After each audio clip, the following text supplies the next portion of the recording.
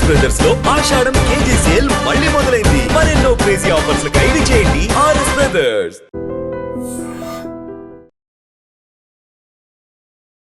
నమస్తే, welcome to iDream inside politics with కవిత.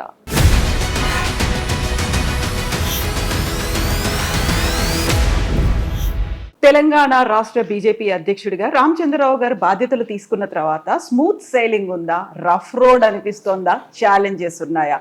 మాట్లాడుకుందాం. మనతో పాటుగా రామచంద్రరావు గారు ఉన్నారు. హలో అండి. నమస్తే అండి. కంగ్రాచులేషన్స్. Thank you. ఎవరు అనుకోలేదు రామచంద్రరావు గారు వస్తారు అని, మీరు అనుకున్నారా? మా పార్టీలో అనుకున్నది జరగదు,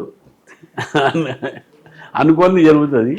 అది కాకుండా చాలా చాలా పోటీ కనిపించింది. పోటీ తర్వాత సడన్ గా మీ నేమ్ బయటకు వచ్చింది, మీరే కొత్త అధ్యక్షుడు అవుతారు అనుకున్నాడు. బోల్డంతా నిరసన గల అసంతృప్తి కూడా కనిపించినట్టుంది. మీరు చూసారా అన్నీ? అవన్నీ అసంతృప్తి కాదులేండి, అవన్నీ పెద్ద అంటే ఇప్పుడు పార్టీ పెరుగుతున్నప్పుడు ఆస్పిరేషన్ పెరుగుతాయి, పార్టీ పెరుగుతున్నప్పుడు కాంపిటీషన్ పెరుగుతుంది, పార్టీ పెరుగుతున్నప్పుడు కాంపిటీషన్స్తో పాటు రకరకాల కొత్త కాన్ఫ్లిక్ట్స్ వస్తుంటాయి. ఇవన్నీ భాగం పాలిటిక్స్లో, ఇది ఆర్ పార్ట్ ఆఫ్ ఇట్. కాబట్టి పెద్ద nothing wrong in asking, but రాకపోతే కలిసి మెలిసి పనిచేసేటటువంటి ఆలోచన నాకుందే, వాళ్ళకు కూడా ఉన్నది, ఎవరికి అడిగిన వాళ్ళకి కూడా ఉన్నది. కాకపోతే బోల్డ్ అంత మంది పేర్లు వినిపించారు. ఈ సామాజిక సమీకరణాల దృష్ట్యా వీళ్ళు అవుతారు, వీళ్ళకి సీనియారిటీ ఉంది కాబట్టి వీళ్ళు అవుతారు, లేదు పిఎం మోడీ పిలిచారు కాబట్టి వీళ్ళు అవుతారు, బోల్డ్ అని పేర్లు వినిపించాయి కదా. అవన్నీ డిసప్పాయింట్మెంట్స్ అయితే కనిపించాయి కదా. డిసప్పాయింట్మెంట్ ఏం లేదండి, ఎందుకంటే ఒకటి ఇప్పుడు నేను అడిగింది లేదు, పార్టీ మనకు పని చేయడానికి ఇచ్చింది, ఏదో నాకు బాధ్యతను ఏదో కిరీటం కాదు ఇది. ఇప్పుడు మిగతా అడిగిన వాళ్ళు కూడా పని చేయడానికి అడిగారు, కానీ వాళ్ళకి ఆల్రెడీ ఒక పని ఉన్నది, ఎమ్మెల్యేనో ఎంపీనో ఉన్నారు. నాకు పార్టీలో ఉన్న అనుభవం ఉన్నది, నేను పార్టీకి సమయం పూర్తి సమయం ఇచ్చేటటువంటి నాకు ఉన్న నా పని టైం అంతా కూడా ఇవ్వగలుగుతాను. మిగతా వాళ్ళకు వాళ్ళ కాన్స్టిట్యూన్సీ పబ్లిక్ ఇవ్వాల్సి వస్తుంది, అది వస్తుంది కాబట్టి వాళ్ళకు ఆ ఒక కన్సిడరేషన్ నన్ను చేసింది వచ్చి నేను అనుకుంటున్నాను. వన్ ఆఫ్ ది రీజన్ ఆ పార్టీని పనిచేసేటటువంటి ఒక పూర్తి సమయం ఇచ్చేటటువంటి ఒక వ్యక్తి కావాలి. ఎందుకంటే ఈ టైంలో ఎందుకంటే పార్టీ పెరుగుతుంది కాబట్టి, అధికార దిశలో మనం పెరుగుతున్నాం కాబట్టి ఒక ఫుల్ టైం ఇచ్చేటటువంటి ఒక వ్యక్తి కావాలి. కాబట్టి నన్ను పార్టీ తీసుకున్న విషయం నేను గమనిస్తున్నాను. అంతేగానే ఒకరు తక్కువ చేస్తున్నా ఒకరు ఎక్కువ చేసే విషయం కాదు ఇక్కడ. సో రామచంద్రరావు గారు ముందు నుంచి బీజేపీ ఏబీవీపీ నుంచి వచ్చారు, బోల్డన్ని పోరాటాలు చేశారు. అయినప్పటికీ కూడా చాలా సాఫ్ట్ స్పోకెన్, అగ్రెసివ్గా మాట్లాడారు. ఇప్పుడు ఉన్నటువంటి ఈ పాలిటిక్స్లో తూతూ మేమే కాదు, చాలా తీవ్ర స్థాయిలో ఉన్నప్పుడు రామచంద్రరావు గారు ఇంత సాఫ్ట్గా వెళ్తే సరిపోతుందా, సెట్ అవ్వదేమో అనుకునే వాళ్ళకి ఏం చెప్తారు? నేను చెప్పేది ఏమో, వాళ్ళ వారం రోజులుగా చూస్తున్నారు కదా నాది పర్ఫార్మెన్స్, ఎవరు సాఫ్ట్ ఎవరు కాదు అనేది ఇప్పుడు కనబడుతుంది కదా. నేను సాఫ్ట్గానే ఉంటాను, నేను ఆలోచనలో సాఫ్ట్ ఉంటా అని ఉంటా.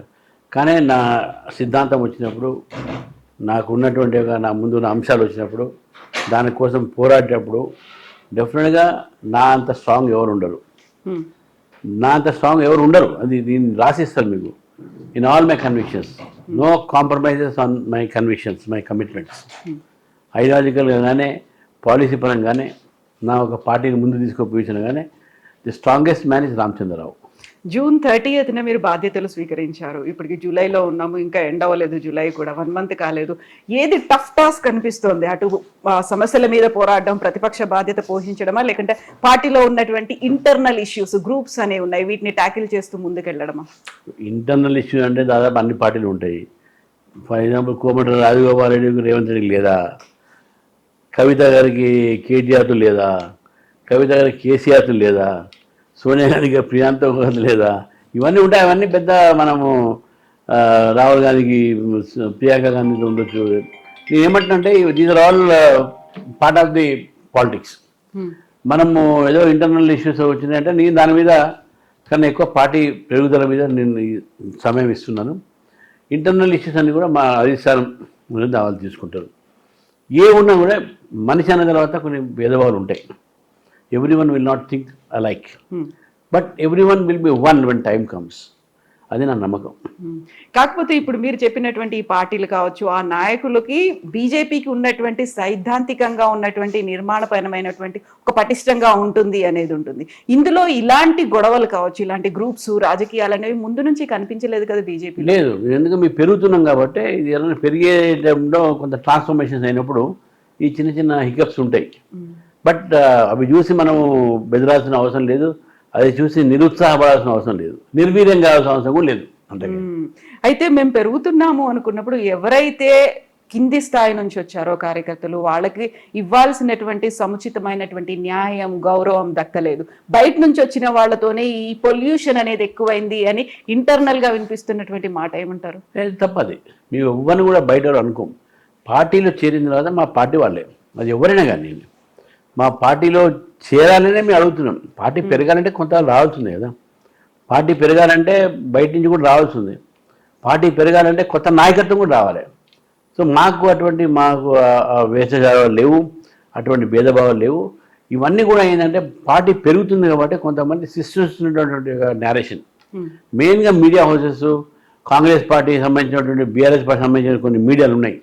వాళ్ళు క్రియేట్ మా పార్టీలో అటువంటి ఫీలింగ్ ఏం లేదు. మేము వాళ్ళకి ఎంపీలు ఇచ్చినాము, ఎమ్మెల్యేలు ఇచ్చినాము, వాళ్ళకు మనకు చేస్తున్నట్టు మా కార్యకర్తలు ఎవరు కూడా వెనక ఊళ్ళో అందరూ పని చేస్తున్నాం కదా. ఎవరు కూడా ఆయనకి ఎందుకు ఇచ్చిన అడగట్లే. దిస్ ఆల్ మీ అందరికీ రెస్పెక్ట్ని ఇస్తామని చెప్తున్నాం. అది చేస్తా కూడా చెప్తున్నాం మేము. కాకుంటే ఇది బయటి వాళ్ళు సృష్టిస్తున్నారు అన్నప్పటికీ కూడా మీ పేరు వచ్చింది అనుకున్నప్పుడు ఇమ్మీడియట్ గా వచ్చినటువంటి వాయిస్, లౌడ్ వాయిస్, ధిక్కార స్వరం అంటారు, దాన్ని రాజాసింగ్ గారు బయటకు వచ్చారు, ఆయన మాట్లాడారు. చివరికి ఆయన నేను లవ్ లెటర్ రాస్తున్నాను, మీకో దండం, మీ పార్టీకో దండం అంటూ ఆయన లెటర్ రాశారు. ఆ ఇష్యూని ఎట్లా చూస్తారు మరి మీరు? ఇప్పుడు కొత్త ఏం లేదు కదా దాంట్లో. Early also it has happened. ఇప్పుడు కొత్తగా ఏదో పెట్టాలని కాదు కదా, ఆయన ఇంతకుముందు వారు చేశాడు కాబట్టి సరే, అది అధిష్టానం తీసుకున్న నిర్ణయం. అధిష్టాన నిర్ణయం మీద అందరం కూడా కట్టుబడి ఉంటాం అనేది మేమందరం ఆలోచిస్తాం. మేమైనా దాని మీద ఆయన మాకు శత్రువు కాదు, మాకేమి ఏది కాదు. ఆయన ఏదో ఇచ్చాడు, అది అదేది అందరూ చూశారు. పార్టీ క్రమశిక్షణతో ఉండాలనేటటువంటి ఆలోచన ఉంటుంది. కానీ ఒక్కటి ఈ సందర్భంగా చెప్తున్నాను, no one is above party. రేపు నేను కూడా ఈ పార్టీ కన్నా పెద్ద కాదు. Every one is a party worker. నేను ప్రెసిడెంట్ అయినా మాత్రం ఏంది, నీ పార్టీ కార్యకర్తని. నేను ఎంపీ అయినా మాత్రం ఏంది, నీ పార్టీ కార్యకర్తని. నేను ఎమ్మెల్యే అయితే ఏంది, నీ పార్టీ కార్యకర్తని. పార్టీ కన్నా పెద్ద నేను అని ఆలోచించే వాళ్ళకు ఈ పార్టీలో ఏదో ఒక రోజు వాళ్ళకు తల వంచక తప్పదు, వాళ్ళు ఏదో దగ్గక తప్పదు, ఏదో ఒక రోజు వాళ్ళు రియలైజ్ కాక తప్పదు. తప్పకుండా రియలైజ్ అవుతారు, అదే పొరపాటు చేసినాం. పార్టీ తల్లి లాంటిది, మన తల్లిని మోసం చేయకూడదు, దగా చేయకూడదు. తల్లి కన్నా నేను పెద్ద అనుకుంటే ఎట్లా? ఢిల్లీకి రాజైనా తల్లికి కూర్చే కదా. సో ఇది బీజేపీకి మేము అందరం పిల్లలు అంటున్నాం. వీఆర్ ఆల్ వన్ ఇక్కడ అనే భావన మాకు ఉంటుంది. అంతేగాని no one is above party. కాకపోతే రాజాసింగ్ లేపినటువంటి క్వశ్చన్స్ చాలా వ్యాలిడ్ క్వశ్చన్స్ అనిపిస్తున్నాయి కదా. ఇప్పుడు డబుల్ ఇంజన్ సర్కార్ రావాలనుకున్నారు, అక్కడ కేంద్రంలో ఇక్కడ రాష్ట్రంలో రావాలి. ఎవరైతే కార్యకర్తలు ఉన్నారో వాళ్ళ వల్లే 8 ఎంపీలు 8 మంది ఎమ్మెల్యేలు వచ్చారు. బట్ ఇప్పుడున్నటువంటి ఈ సిచ్యువేషన్ వల్ల స్వయంగా బీజేపీలో ఉన్నటువంటి కొందరు లీడర్లే తెలంగాణలో బీజేపీ రావద్దని కోరుకుంటున్నట్టున్నారు అనే మాట ఇదే బిల్డింగ్ నుంచి ఆయన మాట్లాడారు కదా. ఎక్కడి మాట్లాడినా అంశం మీద క్లోజ్డ్ మ్యాటర్ నో, దాన్ని మనం పునరుద్ధరించే అవసరం లేదు. దానికి ఆన్సర్ దొరికింది. And the issue is with national leadership. National లీడర్షిప్లో ఉంది కానీ వాళ్ళే దాన్ని తెలుస్తారు. సో ఇప్పుడు రాజాసింగ్ ఇంకా స్టిల్ వెయిటింగ్ అనుకుంటాను. మీరు పార్టీ నుంచి సస్పెండ్ చేసినప్పటికి కూడా సస్పెండ్ చేయలే. So resignation is accepted. Okay, resignation accept అయింది అనుకుంటే బీజేపీలో లేరు అన్నట్టు. But he still having hopes, positive గా ఎదురు చూస్తున్నట్టున్నారు. కేంద్ర నాయకత్వం నన్ను పిలుస్తుంది, మాట్లాడుతుంది అనేది, ఉప ఎన్నిక రాదు గోషా మహల్లో అనే మాట అక్కడ కార్యకర్తలతో చెప్తున్నట్టున్నారు. నేను దాని విషయం కామెంట్ చేసుకోలేదు, ఎందుకంటే అది టూ హైపోథెటికల్ అయిపోతుంది. నేనే ఇప్పుడు రాజీనామా చేయట్లేదు, ఉప ఎన్నిక కూడా రాదు, దాని మీద నేను హైపోథెటికల్ క్వశ్చన్స్ అవి నేను ఆన్సర్ అని. ఓకే, సో అది రాజాసింగ్ ఇష్యూ. అదే రోజు ధర్మపురి అరవింద్ గారు ఎందుకు రాలేదు మరి? ఉంటుంది, అది వాస్తవం కూడా. తర్వాత ఇంటికి పోయి వచ్చాను, ఇట్ వాజ్ నాట్ వెల్. ఇప్పుడు ఏమవుతోంది? బండి సంజయ్ గారికి, ఈటెల రాజేందర్ గారికి మధ్యలో ఆ కరీంనగర్ వరకే పరిమితమైందా? అది నియోజకవర్గానికైనా మొత్తంగా ఎఫెక్ట్ అనేది, ఇంపాక్ట్ బీజేపీ మీద ఎట్లా ఉండబోతుంది? ఇప్పుడు పార్టీలో మిగతామని చెప్పినా చాలా పెరుగుతుంది కాబట్టి కొన్ని సమస్యలు వస్తుంటాయి. ఏ సమస్యకైనా ఒక పరిష్కారం ఉంటుంది. మేము ఈ పరిష్కారాన్ని కూడా ఇద్దరు మాకు ఇంపార్టెంట్ లీడర్స్, ఇద్దరు కూడా మాస్ లీడర్స్, ఇద్దరు కూడా బ్యాక్వర్డ్ క్లాసెస్ నుంచి వచ్చినటువంటి లీడర్స్, మాకు ఇద్దరు ఇంపార్టెంట్. వాళ్ళిద్దరూ కూడా పార్టీకి చాలా అవసరం, చాలా కావాల్సిన వాళ్ళు. ఏదైనా ఉంటే తప్పకుండా నా నా నా దృష్టిలో ఇదంతా కూడా పైన ఢిల్లీ నాయకులు తెలుసు, అది నేషనల్ పార్టీ కాబట్టి ఇది డెఫినెట్గా దాంట్లో వాళ్ళు చొరవ తీసుకొని ఈ ఇష్యూ సాల్వ్ చేస్తారు. ఇదేం పెద్ద ఇది కింది దాకా పోయే ఇష్యూ కాదు, ఇది అది అక్కడెక్కడే సెటిల్ అయిపోతుంది, పోయిస్తాను. యూజువల్గా ఇలాంటివి ఏమైనా అంతర్గతమైనటువంటి విభేదాలు ఉన్నాయి అనుకున్నప్పుడు ఈ శ్యామా ప్రసాద్ ముఖర్జీ భవనం వేదికగా ఇంటర్నల్గా జరగాల్సినటువంటి మీటింగ్స్ అన్ని, అది కార్యకర్తల సమావేశాల్లో కావచ్చు, లేకుంటే మీడియా ముందు కావచ్చు, మాట్లాడుకోవడం అనేది పార్టీ గురించి డిస్కషన్స్, అది కూడా నెగటివ్గా వస్తుంది. రామచంద్రరావు గారు వచ్చిన తర్వాత ఏంటి ఇలా జరుగుతుంది అనేటువంటి ఒక వాదన భావన కూడా వచ్చినట్టుంది. నేను చెప్తున్నా, don't wash your dirty line in public. ఇప్పుడు చెప్తున్నాను, ఎవరికైనా బాధ ఉన్నా ఏది ఉన్నా కూడా మీరు రూమ్లో పోయి చెప్పండి, రూమ్లో పోయి కుట్లాడుకోండి, చంపల మీద వేసుకోండి, ఎంతగానే ఇది పబ్లిక్లో వచ్చి మాట్లాడటం అనేది ఇది పద్ధతి కాదు. తర్వాత ఇది రామచంద్రరావు గారు వచ్చినప్పటి నుంచి ఇష్యూస్ కావు, ఇది రామచంద్రరావు వచ్చినప్పుడు ఇష్యూస్ ఏదైనా ఉంటే దానికి నేను జవాబు చెప్పుకుంటా. అది ఎప్పటి నుంచో రగులుతున్న ఇష్యూస్లో ఎవరైనా మాట్లాడినంటే దానికి నేను జవాబుదారీ ఉన్నాను కదా. ఎప్పటి నుంచో రగులుతూ ఉన్నప్పుడు కేంద్రం పిలుస్తోంది, ఒకరు కేంద్ర మంత్రి, ఒకరు ఎంపీ, ఆయన స్వయంగా కుటుంబ సభ్యులతో కలిసి ప్రధానమంత్రి నరేంద్ర మోదీ దగ్గరికి వెళ్ళి వచ్చారు. అయినప్పటికీ పాసిఫై ఎందుకు చేయలేదు? ఆ ప్యాచప్ అనేది ఇప్పుడు చేస్తారు అంటే ఒక గ్రావిటీని అసెస్మెంట్ చేయలేకపోతే వాళ్ళు డెఫినెట్గా ఇద్దరు మాకు కావాల్సిన వాళ్ళు, ఇద్దరు ఇంపార్టెంట్ లీడర్స్, ఇది మా పార్టీ మంచికి ఇద్దరు మాట్లాడేటటువంటి స్టెప్ తీసుకుంటుంది, పార్టీ తీసుకుంటుంది. సో ఇంటర్నల్ గా రూమ్ లోకి వెళ్ళండి, మీరు కొట్టుకోండి, బయటికి రండి అంటే వాళ్ళని చిన్నపిల్లలు కాదు, వాళ్ళకు ఒక స్టేచర్ ఉంది, చాలా సీనియారిటీ ఉంది, ఇంత ఎక్స్పీరియన్స్ ఉంది, వాళ్ళకంటూ పర్సనల్ గా కొన్ని ఈగోస్ అనేవి ఉంటాయి, క్యాడర్ ని చూసుకోవాలి అనేది ఉంటుంది. రాజకీయాల్లో ఈగోస్ అనేవి ఉండకూడదండి మనం, ఎందుకంటే రాజకీయాల్లో డెఫినెట్గా you must keep aside all our egos. ఎందుకంటే మన larger aim is to come to power, larger age is party interest. ఇది ఉన్నప్పుడు ఈగోస్తో పోతే మన ఇండివిజువల్ అయిపోతాం. సో దిస్ పార్టీ మా దగ్గర నేర్పే చిన్నప్పటి నుంచి nation first, party next, family last, ఇది మా దగ్గర ఉన్నటువంటిది. ఆ లెవెల్లోనే పోవాలని చెప్పేసి నాయకులు కానీ కార్యకర్తలు కానీ ఆ లైన్ తీసుకోవాలని చెప్పేసి నేను కోరుతా ఉన్నాను. ఇప్పుడు ఈటెల రాజేందర్ గారికి బీఆర్ఎస్ పార్టీ నుంచి బయటికి రావడానికి ఏదైతే ఒక సఫకేటింగ్ అట్మాస్ఫియర్ కనిపించిందో దానివల్లే బీజేపీలోకి వచ్చారు. ఇప్పుడు కూడా అలాంటి పరిస్థితులే ఇక్కడ ఉన్నాయి కాబట్టి ఆయన బయటికి వెళ్తారు, కొత్త పార్టీ పెట్టుకుంటారు అనేది వినిపిస్తున్నాయి కదా. అవన్నీ హైపోథెటికల్ క్వశ్చన్స్ అండి. ఎవరో రాస్తుంటారు. ఈటెల రాజేందర్ అవర్ లీడర్, మా పార్టీ ఎంపీ, మా పార్టీ కార్యకర్తలు కష్టపడి పనిచేసి ఆయనకు 5 లక్షల ఓట్లతో గెలిపించారు. ఆయన మా పార్టీతో మమేకం అయి ఉన్నాడు. Is our leader. మనము ఇటువంటి ఆలోచన మాకు లేదు.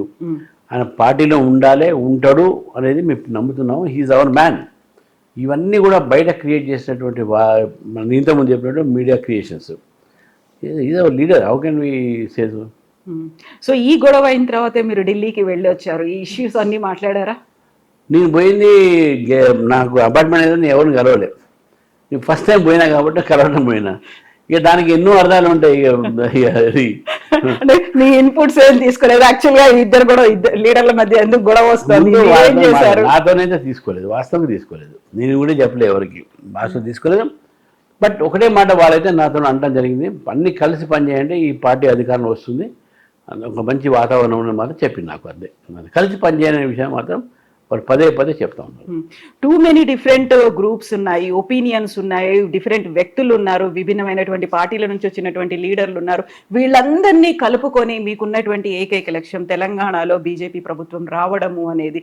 దానికి కావాల్సినటువంటి ఈజీ మెథడ్స్, పాసిఫైంగ్, ప్యాచప్లో ఇలాంటివన్నీ ఎలా చేస్తారు? మీరు ఏం చేద్దాం అనుకుంటున్నారు? అన్నీ అవసరం లేదండి. అందరు పెద్ద ఇష్యూస్ ఏం కావు. ఇప్పుడు ఏదో కొద్దిగా ఉంది కానీ ఆల్ ఆర్ వన్.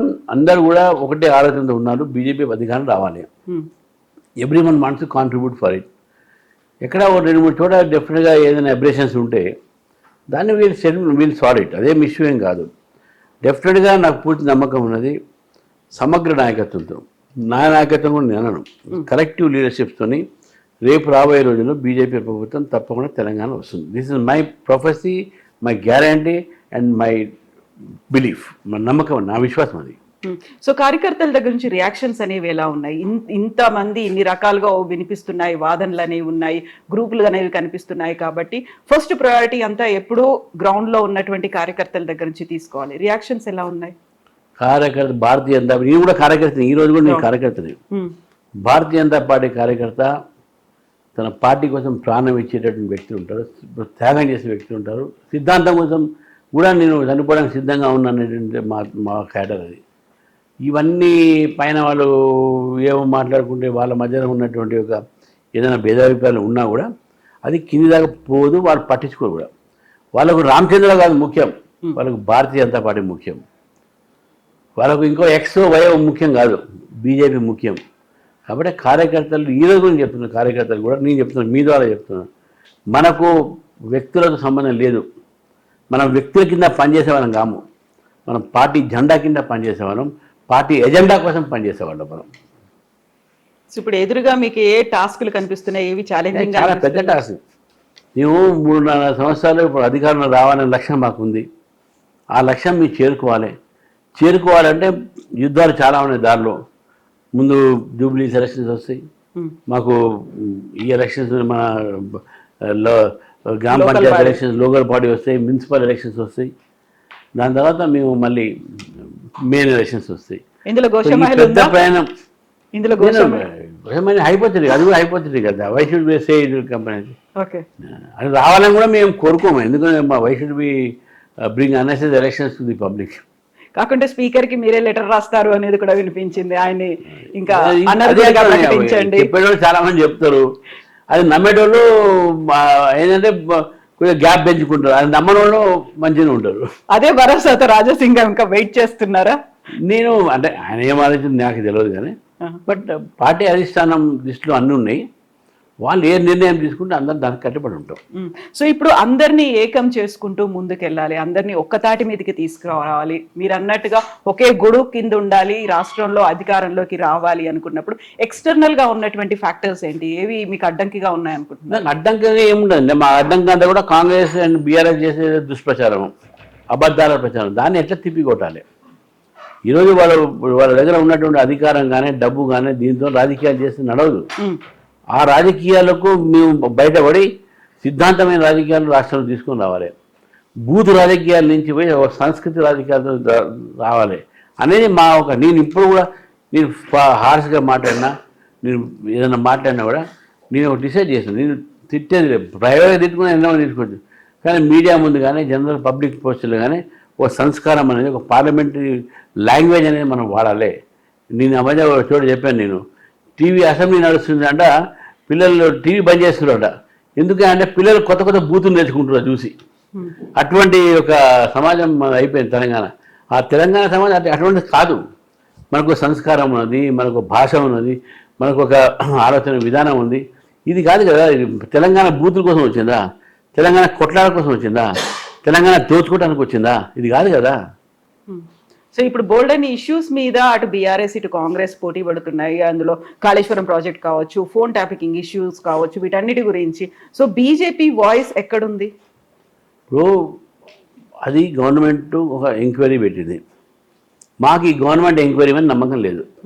ఎందుకంటే బీఆర్ఎస్ కాంగ్రెస్ ఎప్పటికైనా వాళ్ళు ఇద్దరు కొమ్ముకై దాన్ని క్లోజ్ చేస్తారు. అందుకే సిబిఐకి ఏమంటారు, మీ సిబిఐకి ఏమంటారు? ఇది కాళేశ్వరం సరే, ఫోన్ ట్యాపింగ్ కూడా అన్నారు. ఫోన్ ట్యాపింగ్లో అఫీషియల్స్ మీద అరెస్ట్ చేశారు, కాళేశ్వరంలో అఫీషియల్స్ అరెస్ట్ చేశారు. ఏదైనా రాజకీయ నాయకుని అరెస్ట్ చేశారా? ఎందుకు చేయలే? Because they both are one. అందుకే బీజేపీ డిమాండ్ చేసేది అంటే, ఇటు ఫోన్ ట్యాపింగ్ అయితే ఏంది, అటు కాళేశ్వరం అయితే ఏంది, అటు ఫార్మా రేసింగ్ అయితే ఏంది, ఇంకా ఏదైనా కానివ్వండి, ఇవన్నీ కూడా సిబిఐకి అప్పచెప్తేనే వాస్తవాలు బయటికి పడతాయి, నిజమైన దోషులు బయటకు వస్తారు, సరైన న్యాయం జరుగుతుంది చెప్పి నేను భావిస్తాను. సో మీరు బీఆర్ఎస్ మీద హార్ష్ వాయిస్ అనేది కనిపించట్లేదు, అంటే బీఆర్ఎస్ బీజేపీలో కలిసిపోతుంది అనేది, నెక్స్ట్ కేసీఆర్ కూడా ఏదో పెద్ద పదవి ఇవ్వబోతున్నారు అనే మాట. అంటే హార్ష్ వాయిస్ అని నేను ఏం చేయాలి? అక్కడ పోయి మైక్ పెట్టి గట్టిగా అరవాలా అని చెప్పండి. ఇప్పుడు నేను మాట్లాడే హార్ష్ కదా, నేను చెప్పింది కదా, వాళ్ళ మీద యాక్షన్ తీసుకో, సిబిఐ తీసుకురావాలి. అంతకన్నా హార్ష్ ట్రీట్మెంట్ ఏముంటుంది? ఇవన్నీ ఏంటంటే మన హార్ష్ అనేది నేను ఇప్పుడే చెప్పాను, why should be go for harsh language either on Congress or BRS or communist. నా సిద్ధాంతం నేను చెప్పుకుంటున్నాను, నా మాట నేను చెప్పుకుంటున్నాను. అది ప్రజలు చెప్తున్నా, ప్రజలు వినాలి కదా.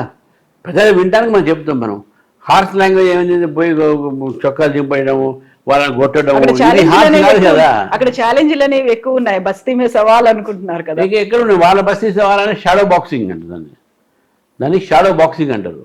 That is not real boxing. వాళ్ళిద్దరు ఒకటే షాడో బాక్సింగ్ అంటారు. అదే దాన్ని అవి షాడో బాక్సింగ్ కోసం అరుస్తుంటారు అంతే. బట్ రియల్ ఇష్యూస్ మా దగ్గర ఉన్నాయి. చిన్న చిన్న అన్ని బయట పెడతాం, అందరినీ ఎక్స్పోజ్ చేస్తాం. Both parties will expose. ఏంటి బీజేపీలో బీఆర్ఎస్ కలుస్తోందా? ఇప్పుడు ఇటువంటి ఆలోచన ఉన్న వాళ్ళకు మనం ఆస్కార్ అవార్డు ఇవ్వాలి. ఈ ఆలోచన వచ్చినందుకు మంచి కథలు రాయాలి. సినిమాలు వీళ్ళకు ఇక్కడ పాలిటిక్స్ మనకి రావాలి, సినిమా కథలు రాయాలి. సో సడన్ గా వైస్ ప్రెసిడెంట్ గారు ఎందుకని రాజీనామా చేశారు? ఆ ప్లేస్ లో మీరు కావాలని ఆయన రిజైన్ చేయించారు, ప్రెషర్ పెట్టారు అనే మాట. అది మరి కాన్స్టిట్యూషనల్ పోస్టు, అది పొలిటికల్ కామెంట్కు అది ఉండదు. ఎందుకంటే అది purely constitutional post vice president. కారణాలు హెల్త్ దాని కారణం ఆయన చెప్పారు, మనం నమ్మాలి అంతే. మన తెలుగు వాళ్ళని ఎవరినైనా అక్కడ అపాయింట్ చేస్తున్నారా, ఎవరన్నా నిలబెడుతున్నారా? వారిలోకి బోల్డ్ పేర్లు అయితే వినిపిస్తున్నాయి. అంటే ఒక సీట్ ఖాళీ కాగానే చాలా పేర్లు వినబడతాయి. ఇప్పుడు నా ప్రెసిడెంట్షిప్ అట్లా వినబడ్డాయి కదా, అంతే. అట్లా ఏమో ఏ పేరు వినబడ్డా చివరికి జరిగేది ఏది డిసిజన్ తీసుకోవాలి, ఎవరు తీసుకోవాలి తీసుకుంటారో అది అవుతుంది. అంటే మా సిస్టంలో, మా పార్టీ సిస్టంలో కానీ, మా గవర్నమెంట్ సిస్టంలో కానీ బయట ఊహాగానాలతో పేర్లు డిసైడ్ చేయరు వాళ్ళు. వాళ్ళకు ఉన్నటువంటి ఒక పారామీటర్స్ ఉంటాయి. ఆ పారామీటర్స్ ప్రకారం వాళ్ళు సెలెక్ట్ చేస్తారు. సో ఫైనల్ గా మీరు ఇటు కార్యకర్తలకి అటు నాయకులకి ఏం చెప్తారు? ఉంటే మంచి అవకాశం మనకు వచ్చింది, ప్రజలు మన కోసం ఎదురు చూస్తున్నారు. మనం బయటికి కలిసిపోదాం, ముందుకు పోదాం, ప్రజల్లో పనిచేద్దాం, అధికారాన్ని తీసుకొచ్చే దిశలో అందరిని అడుగుదాం. ఏవో చిన్న చిన్న భేదాభిప్రాయాలు ఉంటే దాన్ని ఎక్కడైనా కూర్చొని మాట్లాడుకుందాం. పెద్దల దగ్గర మన సమస్యను తీసుకుపోదాం. అక్కడ ఏదో ఉంటే దాన్ని సస్పా చేసుకుందాం. ఎక్కడైనా అక్కడ మనం కూర్చొని పార్టీని ఐకత్వంతో ముందుకు తీసుకుపోదాం. ఇది నాకు అల్టిమేట్గా నేను కార్యకర్తలకు అది చెప్తున్నాను. ప్రజలు బీజేపీ కోసం ఎదురు చూస్తున్నారు. మనం కష్టపడాలి, కలిసి ఉండాలి, మనం ముందుకు పోవాలి. ఇది ఒకటే నేను చెప్పేది. Yes, thank you so much. Best wishes to you. Thank you.